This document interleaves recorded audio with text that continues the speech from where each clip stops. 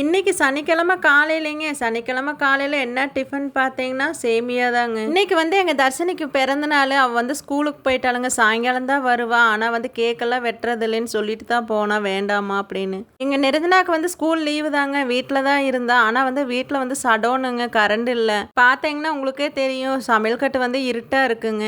எங்க தர்ஷினி வந்து ஸ்கூலுக்கு போனதுனால கோயிலுக்கெல்லாம் எங்கேயும் போகலைங்க. லீவ் இல்லை. எனக்கு வந்து லீவாக தான் இருந்துச்சு, சடோன் காட்டிக்கு. அவளுக்கு வந்து லீவ் இல்லை, ஸ்கூல் இருந்துச்சு.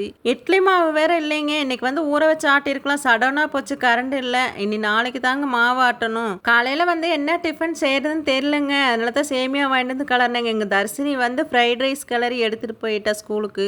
இன்னைக்கு மத்தியானம் லஞ்சுக்கு பாத்தீங்கன்னா கொள்ளுப்பருப்பு கடைஞ்சு ரசம் வைக்கணுங்க. இன்னைக்கு நிரஞ்சு லைஃப் ஸ்டைல்ல வந்து என்ன டிஃபன் பாத்தீங்கன்னா சேமியா தாங்க. சேமியா கிளறி சாப்பிட்டு கொஞ்ச நேரம் ரெஸ்ட் எடுத்துட்டு அதுக்கப்புறம் தாங்க மத்தியானம் லஞ்சுக்கு சமைக்கணும். நீங்களாம் என்னங்க டிஃபன் செஞ்சீங்க? சாப்பிட்டாச்சாங்க? சாப்பிடலன்னா சாப்பிடுங்க. ஓகே, பாய்.